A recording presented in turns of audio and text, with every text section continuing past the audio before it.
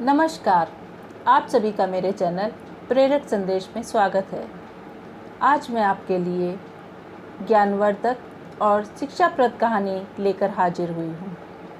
कहानी का शीर्षक है मारने वाले से बचाने वाला बड़ा। गौतम बुद्ध को हम बहुत अच्छे से जानते हैं, जिन्होंने बौद्ध धर्म की स्थापना की और उन्होंने लोगों के जीवन में ढेरों बदलाव लेकर आए। यह कहानी भी उनके बचपन की है, जब वे छोटे थे और उन्हें गौतम बुद्ध के नाम से नहीं बल्कि सिद्धार्थ के नाम से जाना जाता था। उनके एक चचेरे भाई भी थे जिनका नाम देवदत्त था। चलिए जानते हैं इस कहानी के बारे में।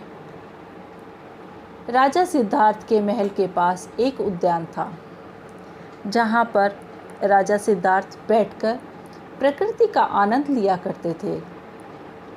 एक दिन जब वे अपने बगीचे में बैठे हुए थे, तभी एक घायल हंस उनके पैर के पास आकर गिरा। उनके शरीर में एक तीर लगा हुआ था। उसे देखने से प्रतीत हो रहा था कि किसी शिकारी ने उसका शिकार किया है। हंस को तकलीफ में देखकर और उसे यूं ही फड़फता देखकर राजा सिद्धार्थ का दिल पिघल गया और उन्होंने उस हंस की सहायता करनी चाहिए। उन्होंने सबसे पहले उस हंस के शरीर से वह तीर निकाला और घायल जगह पर मरहम लगाकर उसकी पट्टी की। यह सब कर लेने के बाद देवदत्त कुछ खोजता हुआ सिद्धार्थ के पास आया। देवदत्त जैसे ही सिद्धार्थ के पास पहुंचा, उसने कहा, अच्छा, तो ये तुम्हारे पास है, लाओ इसे मुझे दे दो। इसका शिकार मैंने किया है।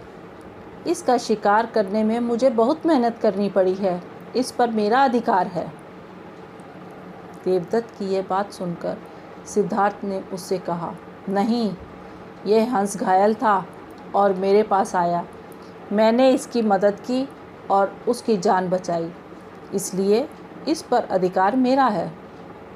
दोनों भाइयों के बीच उस हंस के अधिकार को लेकर बहस बढ़ने लगी। अब वे जानना चाहते थे कि उस हंस पर किसका अधिकार ज़्यादा है।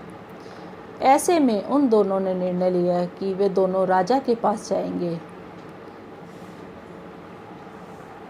वे दोनों राजा के पास गए। राजा के पास पहुंचते ही देवदत्त ने सबसे पहले कहा, महाराज, इस हंस पर सबसे ज़्यादा अधिकार मेरा है, क्योंकि मैंने इसका शिकार किया है। इस वजह से आप सिद्धार्थ से कहिए कि वह यह हंस मुझे दे दे। जैसे ही देवदत्त की बात पूरी हुई, तब राजा ने दोनों को शांत किया और फिर उनसे पूछा कि पूरी बात क्या है। ऐसे में सिद्धार्थ ने राजा को पूरी बात बताई और उनसे बोला, पिताजी, बात यह है कि इस हंस का शिकार देवदत्त ने किया था, लेकिन यह हंस घायल होकर मेरे कदमों के पास आ गिरा। इसे घायल देखकर मैंने इसका इलाज किया और इसे ठीक किया।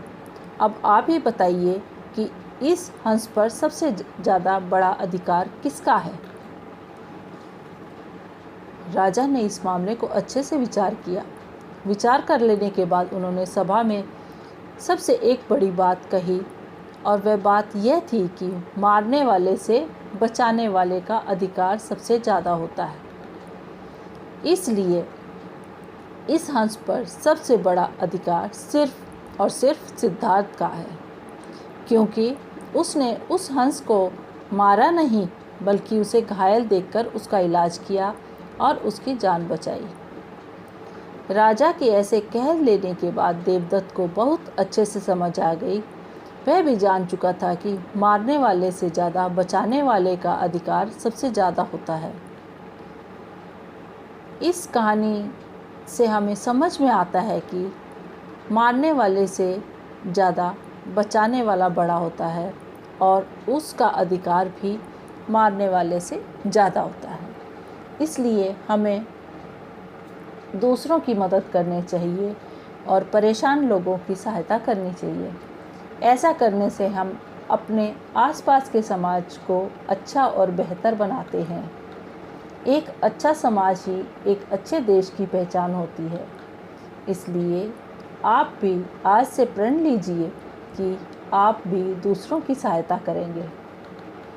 अगर हम सिद्धार्थ के स्वभाव की बात करें तो वह बहुत ही शांत हैं और दूसरों की मदद करने में हमेशा आगे रहते। उन्होंने हंस की तकलीफ में देखा तो उसकी मदद करने के लिए तुरंत उठ पड़े।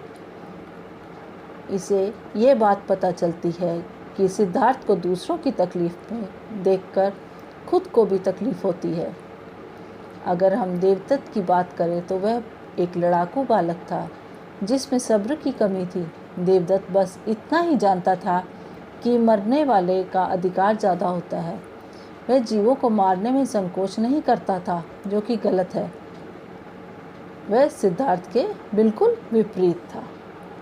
आशा है आपको ये कहानी पसंद आई होगी, तो वीडियो को ज़्यादा से ज़्यादा लाइक और शेयर करें और चैनल को सब्सक्राइब करें और बेल आइकन को प्रेस करें ताकि आपको बढ़िया प्रेरणादायक, ज्ञानवर्धक और शिक्षाप्रद कहानियाँ सुनने को मिले। आपका साथ मुझे भी आगे बढ़ने की प्रेरणा देगा और अगली किसी नई ज्ञानवर्धक कहानी को लेकर हम फिर से मिलेंगे। नमस्कार।